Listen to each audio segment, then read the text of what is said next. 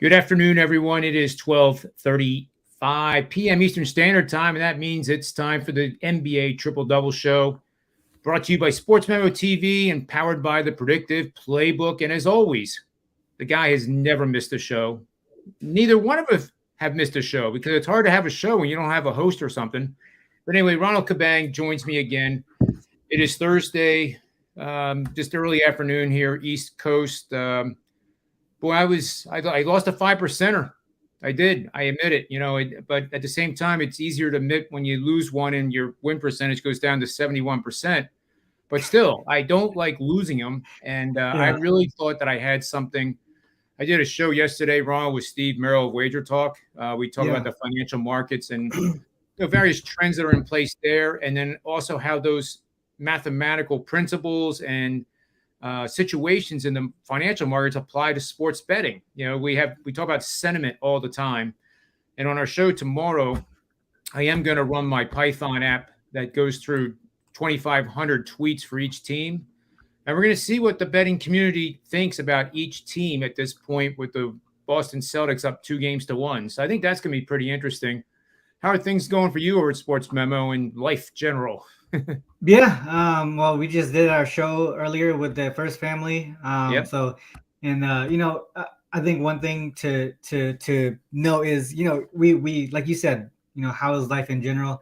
One of the new things that came up was me quitting my job and being able to spend time with my family. So that has been amazing here. As far as from the betting aspect of it, yesterday we took care of business with the Celtics first quarter and first half. I lost the under there.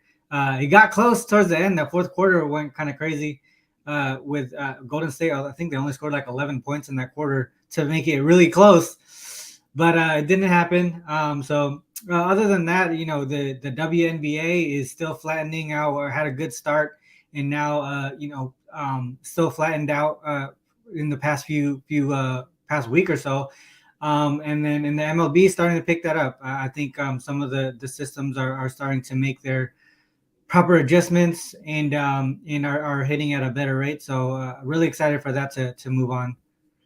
Yeah, it's good stuff. I'm similar, Ron. I think you and I are on the leaderboard quite a bit. Humbly said, of course. I had an NBA. I lost the NBA, but I went 2-1 in Major League Baseball. And also won a WNBA game. So overall, it wasn't a bad night. And the point is, all access clients benefit from that. If you just buy the 5%ers, you would have lost a 5%er last night. And it's much better to get a subscription. You're going to save yourself money. And sometimes, a 5%er is, roughly $35 to $45. You can get 3 days of all access for $59. I mean, it's a no-brainer in my opinion. Mm-hmm.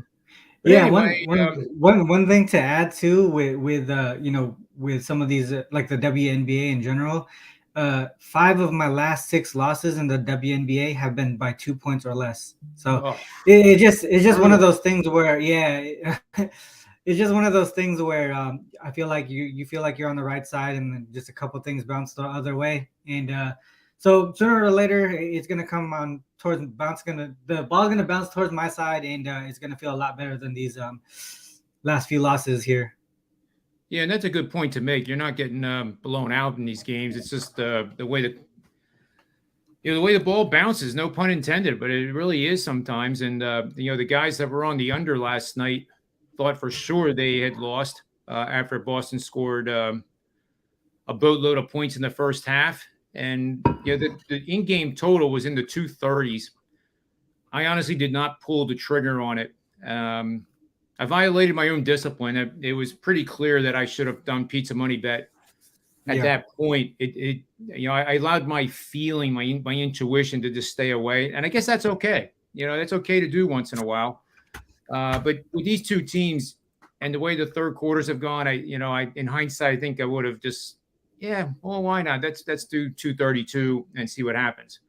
Mm-hmm. But it's now an interesting series to say the least. Not that it wasn't before. I was coming from the mentality that we'd be talking today with the Warriors up 2-1, having regained home court advantage. Now we're going to talk about the desperation that the Warriors face having to win this one because you just cannot go down 3-1 in the finals. It's all but done at that point. We also have Steph Curry, who got injured, unfortunately, with the Al Horford. What do you call it? The sit down. But it's really not funny when he's injured, and he said it was similar to the previous injury he had. I just hope that he can play. And at the end of the day, we want the guys healthy, like Dr. Chuck said today on the First Family Show. You want the teams at full strength, both of them, because the Warriors did lose a world championship in their last attempt because of an injury. And, you can clearly, I understand that, at the end of the day, you can't say that one player or two injuries, for example, caused a team to lose the NBA Finals, but you can say they contributed significantly. But that's the way the game is. I know the NBA interviewed, not the NBA, but TNT, I guess it was, interviewed Silver, the commissioner of NBA Basketball Association, and there is kind of reading between the lines. I think there is dialogue going on with that. The commissioner's office to reduce the number of games of the regular season and have some kind of in-game or in-season tournament. Now, I don't know how in the world that works with an in-game tournament, but I'm anxious to hear more about what he said, because maybe the season is too long. There was only 5 players in the entire league, Ronald, that played all 82 games this year. Only 5. You go back to the Michael Jordan era, and then especially in the 80s and the 70s, the list was well over 50 to 100 players played all 82 games. Yeah. So maybe the physicality of the game, the evolution of the human being, the players are bigger, they're faster. It's like football. They're bigger, faster, more injuries because of it. And maybe they're onto something. But I digressed there a little bit. My apologies. But no worries. It makes sense. What's your take on Game 4? We have -4 and 214.5. I just think the zigzag. I was proved wrong last night by going against the zigzag, and I guess the zigzag is still well alive. What do you think here? Yeah, there's a lot to take into this. Let me see if I could have my notes pulled up here. Sorry about that. That's all right. Game 5. Yeah, so this is one. So prior to the series, I kind of went through a whole 6-game. I tried to predict what I was gonna do for the whole 6 games of the series. Not the whole 6 games, but up to Game 6 of the series, and everything but Game 1 so far has kind of gone to what I was going with, or what I wrote down. And prior to the series starting, Game 4, I have Warriors first half, Celtics second half. And last night and this morning, I did a lot of research on the adjustments that these teams make, and where I feel like this game is going. And I still think that is the right way to go here. I think even after what happened in the last game, I had Celtics first quarter, first half yesterday. I didn't mess with the second half at all. But I did touch a little bit on the full game towards the Celtics as well. So everything kind of there went the way I thought it was going to go. In this game here, I think the Warriors come out the gate pretty hot. I think the Warriors take care of business in the first quarter, first half, because they have that sense of urgency here, right? They're down 2-1. They're on the road. They need to get that home court advantage back. Because if they get this win, they go 2-2. They get that home court advantage back, right? And that's something that they want to get that done in this situation, make it a three game series here. In the second half, I think that the sense of urgency from the Warriors, if they have that lead in the first half, and the Celtics feel like, well, we don't want to go. They have the opposite feeling, right? They don't want to go back to San Francisco or Oakland. Tied 2-2, right? Because they want to keep their home court advantage. So that's where that sense of urgency on their side comes into play, and they do their part in the second half. I don't know who's going to win this game. I think in my opinion, I'm breaking this down in 2 halves, and that's how I'll be playing it. So whether or not Warriors win for a full game or the Celtics win full game, I'm not going to be betting that. But I'm gonna break these down in 2 separate halves here. That's the way that I'm gonna look. From a trends perspective here, I looked at Game 4s in a 2-1 series. They actually trend towards the under here, 12-3-1 to the under.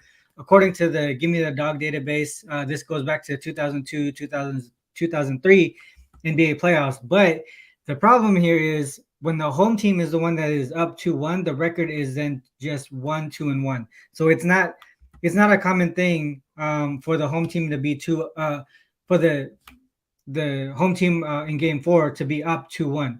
Right? It's typically 2-2. Right. I think only two NBA finals since that 2002-2003 NBA playoffs was not 2-1 in Game 4. That's what I see here.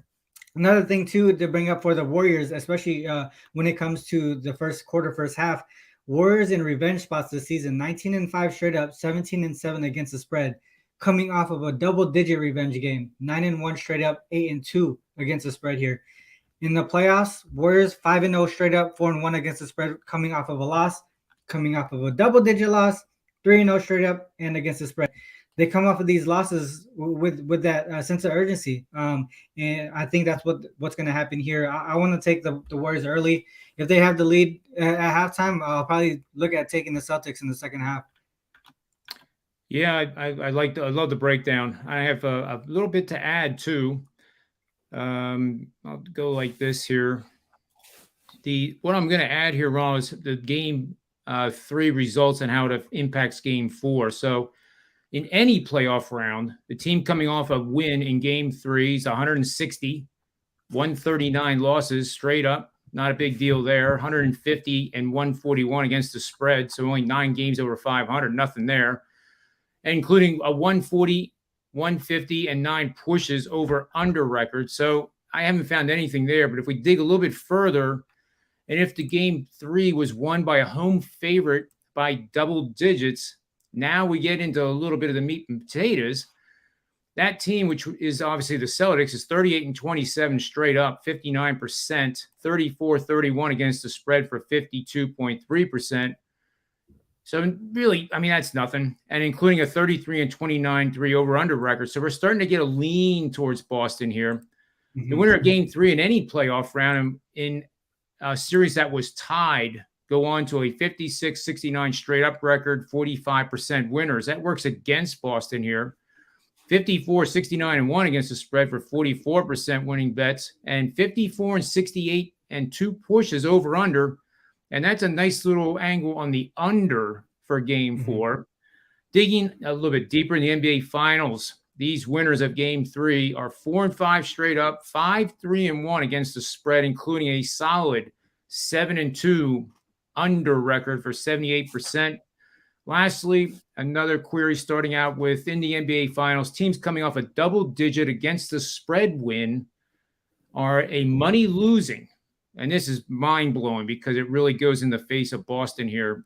A money losing 20-34 straight up, 21-31-2 against the spread for 40% winning bets. But the over is 25-18-1. So that goes in clashes against every under thing I just mentioned. Lastly, home teams in the NBA Finals coming off a double-digit against the spread win are 15-10 straight up, 12-12-1 against the spread, but a highly profitable 15-8 to the under for 65% winning bets. And if the total in these games is 216 or fewer points, the under bet is an outstanding 13-6-1 for 68% winning bets. So I'm just kind of like taking you through, like you know how it is, but taking someone through like how we drill down into the database and pull out. We're searching for nuggets. Yeah, and I do kind of like the under. I haven't run my predictive models yet, but I wouldn't be surprised if they do lean or actually have a play on the total in this game. You would think that defense would be a big part of it, and it just triggered a thought from Manny's Irish Pub Show. Rob Vino made a great point that you have to be careful when you're talking about physicality, with Draymond Green, for example, and boy, did he not show up last night. 2 points, 4 shots. I mean, holy moly. That's a topic we can get to a little bit later here, but he was absolutely right that the game can be very physical. There can be a lot of fouls called. I don't know how many Scott Foster called last night. I didn't bother looking it up, but nevertheless, that doesn't mean that it's going to go under. It really Yeah. doesn't. And we saw that last night, and it took an unbelievably anemic fourth quarter, basically by both teams, Mhm. especially the Warriors scoring 11 to make that happen. And it actually gave hope to the under bettors, which I think Dr. Chuck was, from what I understand. And that's got to be agonizing to lose that way. You think you're getting killed, and the game, your bet is a loser. And then all of a sudden, 5 minutes to go, you think, well, it's probably not going to happen. But then they basically didn't score the rest of the way, Yeah, yeah. which was incredible to me. I'm just, wow. But yeah, I was surprised Draymond Green, he's I getting, think raked around the coals by the media outlets out there in California, and rightfully so, because he yeah. embraced the whole emotional thing with the media about the pushing and the shoving and the technical fouls and all that stuff. But then when the tip off happened here in Boston, he kind of went. And I can't believe I'm even saying this about the guy, but he kind of went soft, right? I mean, 2 points. Yeah. I mean, I think with Draymond though, you don't really expect him to score points. You expect him to you expect him to rebound. You expect him to play that playmaker role for this Golden State team, and you expect him to play defense. I think to me, I don't care if Draymond scores 0 points. If he does everything else the way that he should, Yeah. that is what he brings to the table for the Golden State Warriors. And going back to some betting looks here. I talked a lot about the Warriors, right? Some angles on the Warriors, some angles here towards, not towards, but with the Celtics. I looked up some stuff there for them. Celtics in the playoffs playing the second home game in a row, 3-0 straight up and against the spread, and also to the under. But the only other instance where they were ahead in the series, without having to play with that sense of urgency, was against the Nets. They came out the gate sloppy, and then they had to come from behind in the fourth quarter to get the W. So this is, like I said, this is how I see it playing out: is the Warriors early and the Celtics, kind of come back a little bit in the second half. I don't know if they're going to win the game or if Celtics do too much damage in the first half for them to come back. But that's the way I see it going. And as far as the over under here, Celtics in the playoffs coming off of a double-digit win, 3-5 straight up and against the spread, but only 4-4 on the over/under. But if you look at the average points scored and allowed in those games, 8-game sample size, 102.4 average scored, 102.9 average allowed. And if we're just going by averages, that's well below what the closing total is here. So that's also one thing to look at. Sometimes at surface level, you're looking at the record of 5-3 or 4-4 and stuff like that. But they went over when the totals were 203.5, right? 207. Yep. They went over, but could have went under the current total, which is at what, 214 right now. So Yep, 214. those are other things to consider in those situations. Sometimes it's not the surface level records. You have to look at what the details of it, right? So to me, even with some of these records looking towards the over, they were with totals at the below 210. So to me, I would still look towards the full game under. I've got burnt on it in game 1 and game 3 here. It's funny because we were on the show with Kelly yesterday on Jay's show, and she did the same thing. Played the under game 1, got burnt. Got scared game 2, so didn't play the under. That went under. And then game 3, we both, I think we both had an angle on the under, and then it goes over. So, sometimes it doesn't go your way, but you just gotta stay consistent with how you make your plays. No question. I think that's there's situations where a lot of it is emotionally generated that you're not sure, but the analytics are telling you to do something, but you're not sure. Just like my live in-game bet last night, I could have got 232. Excuse me. And in hindsight, that's an easy winner, right? It's in hindsight. But I do think that when there's uncertainty with this total, and you and I both kind of share that for this game, because after all, we're used to objectively seeing totals in the 230s, 240s in the NBA season. Maybe not necessarily for these teams, but Golden State certainly over the years has had totals that are way up there. Yeah. You still have that that notion about them that they can score 130 on any given night. This team is different. They're more defensively oriented. They were top 3 defense at any point in the season this year by a lot of different metrics. So, but still inherently, we think of Golden State as an offensive juggernaut, and they're not that juggernaut. This is not the addition of the juggernaut. So it is hard to bet that under. But again, you bet 50% pre-flop, 214. See what the line does tomorrow. If it goes up, you have an opportunity to get a better line with 25% maybe. And then you look for that big start, like you said, by Golden State, and the scoring is at 7 points a minute for 3 minutes, which is what I look for in game. And you nail that 227 total. That's initially what I'm going to look to do. I can't see myself betting the over. And you know what, Ron? If they score 260 points tomorrow night and I have egg on my face, so what? So what? You're 70% in the NBA playoffs. You could take a loss, John. You can say the same thing during slumps when you're hitting 45% that, okay, I lost again. So now I'm 44.5. Yeah. It's the same. You know what I mean? It's just that one game does not define who we are over the course of a season. Yeah. It just doesn't. Yeah. One thing that I talk about in one of the other shows that I was on is the correlation between the Celtics winning with an over game and Golden State winning with an under game. And to me, if you're a Warriors backer, I think you want this to go under, in my opinion. Yep, I agree. That's just the way. To me, that's the way it rolls. I know Warriors are such a great offensive team, but Celtics offensively are a little bit deeper, in my opinion. And so you don't really want to get into a run and gun style with them. You really want to focus on the defensive side of the ball and also controlling the pace. So for me, if I'm a Warriors backer, I would also I would look towards the under here. If you're a Celtics backer, it's probably an over game. Yeah, and it goes. I think, in my opinion, Ron, that goes into conventional wisdom because, again, the Warriors. What do we think? First of all, when we mention somebody says the Warriors, you think offense, right? Still, if you think Boston, you think physicality, defense, and they were the best defensive team in the NBA, and they probably were the best NBA team. I couldn't debate that they weren't from basically game 40 on. Yeah.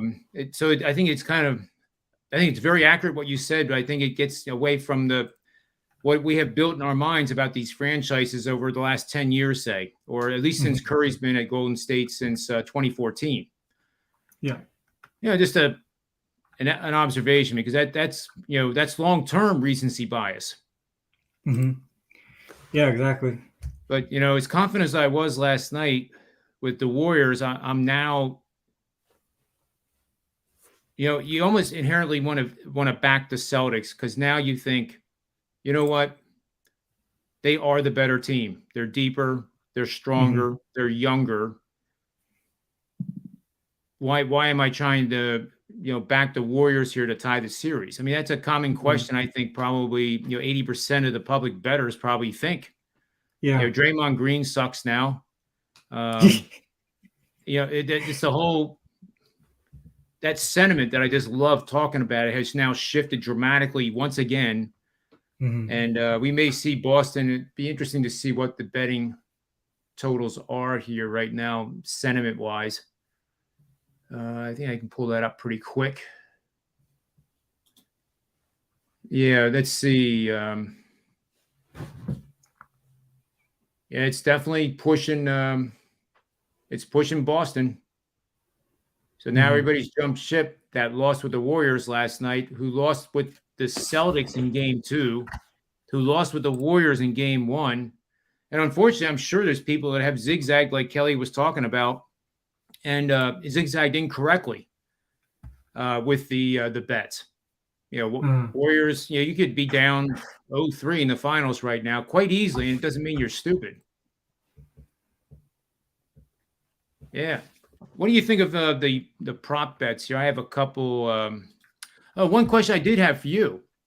Yeah. And I want you to tell me if this is has any merit. The Celtics are 6-0 in playoff series when they win game 3? The Celtics are 6-0. Closing out the series when they win game 3.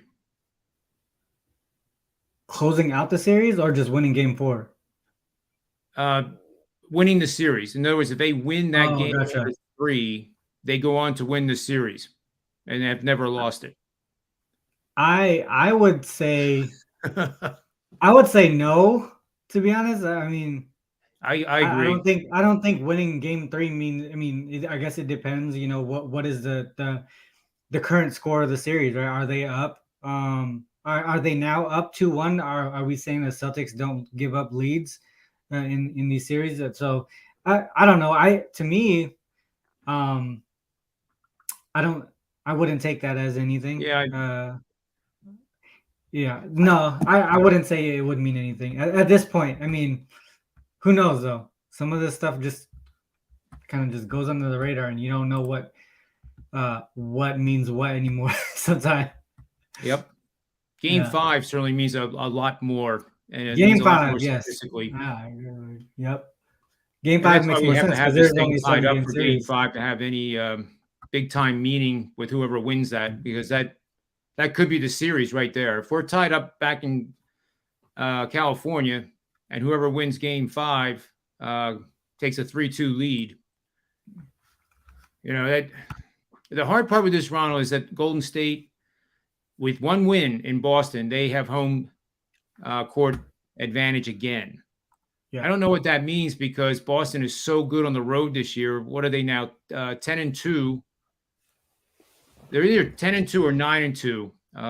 But it's just an epic run in road playoff wins. And now they are 2 games over 500 at home. 7-5, I think they are at home. Yeah. And even 6-6 against the spread. So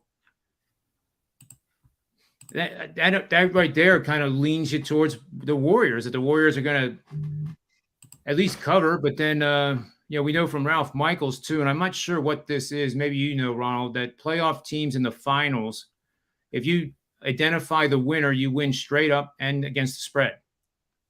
Yeah. To me, it's probably just because the line. To me, it's probably just because the lines are so tight in the NBA Finals, because the teams are more evenly matched, right? You're putting the top 2 teams in the league. There's probably not much disparity there between the 2 teams. So if they win the game, they're probably likely covering the spread. I'm just going to pull it up here on the database here real quick on the fly. Yeah. And we'll see.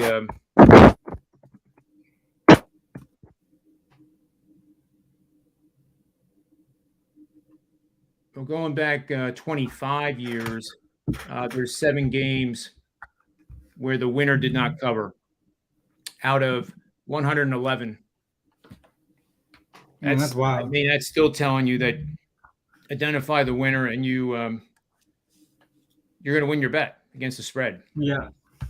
The problem is identifying those road dogs that win. So it's a little bit harder than just saying that identify the winner and you cover the spread. But I'm trying to find a game. Here's one that won and did not cover. June 13th, 2006. The 2005 season, obviously, the Heat were playing the Mavericks at home in Miami. They won 98-96, but they were a 4-point favorite. To your credit, the lines are tight. There's never been a double-digit favorite.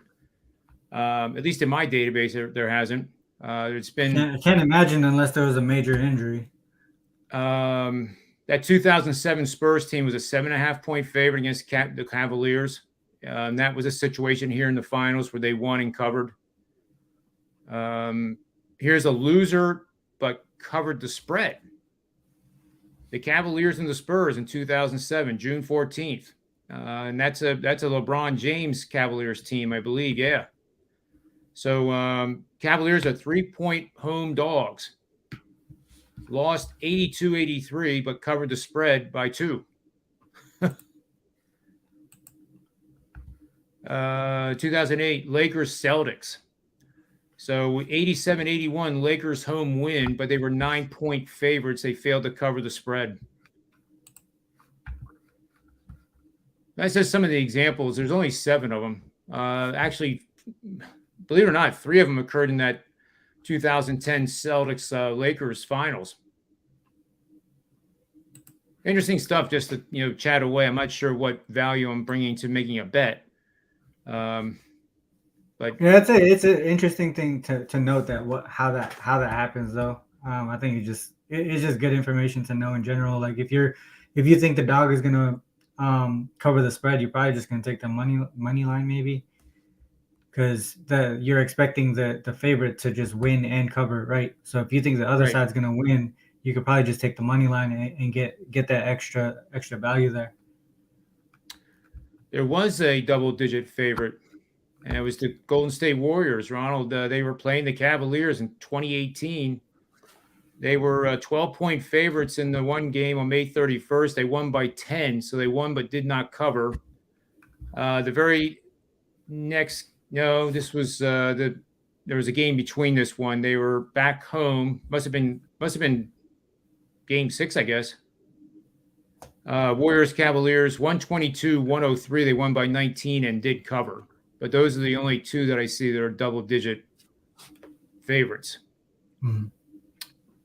For what that's worth, we're not going to see a double-digit favorite in this one. That's for sure. No, not at all. But we were right on that. We said anything between -4 for the home team. And it was, 4.5 for the Warriors, and now we see 4 for the Celtics. So that's the way it's going to be. Any thoughts about player props? Yeah, I was kind of just looking through that. I was looking we can talk about it tomorrow. Yeah, either way. I know the show's getting up there in 30 minutes period here, so we can if you want to. Let's just talk about the MVP again. I get the whole thing with Jason Tatum, but I still don't. Jaylen Brown now is 3-1, and he was 7-1 before this game, and we mentioned him as the value, and probably the more, in my opinion, the more worthy candidate if they won. But it is a 3-person race now. Steph Curry 2-1, Tatum is +115, Jaylen Brown +300. Then you jump all the way up to 30-1 with Al Horford, Marcus Smart 33-1, Klay Thompson 80-1. So doesn't that tell you a picture? You got 4 guys in the top 6 of the MVP on the same team, and that being the Celtics. Yeah, we talked about this prior to the series starting. The whole we were looking at the series correct score, right? And we saw Celtics game 6 being one of the more favored lines. You remember that? Yep. Celtics winning the series in game 6. And the other one was Warriors in 7. So those 2 are the ways that it's looking to go, in my opinion. Celtics in 6 or Warriors in 7. That's pretty interesting to know. If you guys like, but as far as like value wise, if you're looking at Finals MVP, you see Curry right at +150, but you got the Warriors winning the series at +185. So I don't think. I think it's obvious if the Warriors win that Curry's going to be the MVP. I wouldn't take that. If you think Curry's going to win the MVP, that means you think Warriors are going to win the series, and you just take the +185. If that's the way that you want to look, right? That's probably this. Go ahead. Oh no, that's what I was going to say. If that's the way that you want to look, I would much rather skip the MVP race and just take Warriors. Yeah, and at BetMGM, it's if you like Steph Curry, they got him at +200. Warriors at +180. So you're absolutely right. If you think the Warriors are line shop, you got a line shop. What's that? You got a line shop, right? Because my book says Curry for +150, Warriors +185. You just mentioned +200 for Curry and +185 for the Warriors. So then that would be a different situation. You would probably take Curry as MVP versus the Warriors. You get more money back that way. Or both of them. Bet the Warriors at your book because it's higher, 185 versus 180, and we'll take Curry at BetMGM at +200. Yeah, definitely a possibility. But yeah, that's definitely a possibility if you like the Warriors. But I mean, from the Celtic aspect, I think we really lost that. We lost that value. I mean, at this point, you lost value with Jaylen Brown, because we were mentioning it a while ago that he was the one to take over Jason Tatum just based off of the value on the line there. Yeah, E-Web, I'm going to call him. Sounds like that's how you would say that. EWB, E-Web. No chance Warriors in 7. I don't know if they're playing. They would be playing at home. I do like this. He mentions Jaylen Brown. He likes that too. Mm-hmm. Would have been better to do it before the series started. I know we mentioned that both Tatum and Curry did not offer any value whatsoever to put your pizza money and bet on that. No. But I do like your take on there's nobody even close to being the MVP if the Warriors win than Curry. I mean, nope, nobody else. And if Curry is unable to play, which it looks like the reports are, and he even said it wasn't as bad as the previous injury he had similar. I got to believe he's going to play. But if he doesn't play tomorrow night, you don't have to worry about who's going to win the MVP other than somebody that wears green. Yeah, exactly. I do think Jaylen Brown is the guy that deserves it. If the Celtics go on to win, I think he's been the most consistent, and he has not shied away from contact, Ronald. He is not, with 2 fouls, he's still playing the same way. Mm-hmm. And I still maintain that when Tatum gets 2, he wants to stay on the court, like you said yesterday, not come out of the game. You got to hope that it's not to pad those scoring stats in case the Celtics win for the MVP. I mean, that would just kind of suck if that's the case. But I think the case for Tatum here over Brown would probably be the assist category. I think that's the part that there's a little bit of a difference there, right? Because Tatum's he's added that playmaking side of it. So yeah, I think that would be the only case above Brown there if things continue to go the way that they have been. Well, I guess we'll end the show here. Thank you for your time as always, Ronald. I'm going to be on ESPN Radio here in 15 minutes. So, yeah, radio's a lot easier than this, I think. I guess there's a little bit more pressure with certain types of outlets. Of course, you don't want to say something that's wrong, but yeah, we never say anything wrong here. Of course, that's not true. I'm just tongue in cheek. But, I have a ton of plays going up on SportsMemo today across all sports, including the CFL. And I was shocked to see my models come up with an opening night play. Montreal is playing somebody, but play's a play. When it's WNBA, it's a play. The sport doesn't matter to me. The only thing that matters to me is the outcome, and over the course of the season, those are the 2 biggest things you have to worry about. Any losing streak, is a losing streak. That's all it is. But separately, I know it's an NBA show, Ronald, but I think the Angels end that 14-game winning streak tonight in a big way. Just saying. Angels do? Yeah. I think they're going to stop the bleeding or the hemorrhaging tonight. Well, that's a spot. You got to pick your spots. Just like I had you're right. You got to pick your spots. So, ironically, in 2002, I started betting against the Oakland A's when they had a 14-game winning streak, and they went on to win 22 or whatever the hell it was. And I basically bet against them probably 70% of those games from game 14 on. And I learned a lesson. Yeah. You just don't catch a falling knife, as Steve Merrill says. Yeah. But anyway, we'll be back tomorrow, guys and gals, with another edition of the NBA Triple Double. Make sure you get over to sportsmemo.com. Take advantage of Ronald's and my subscriptions and any other specials they may be running. I know they're running a special for Dr. Chuck in Major League Baseball for $99. I think that's for the whole entire regular season. That remains, and he's very good. He won close to 200 units last year in baseball. He's a high-volume guy. If you like action, he's your man. So until tomorrow, remember the 2 things: bet with your head, not over it, and may all the wins be yours.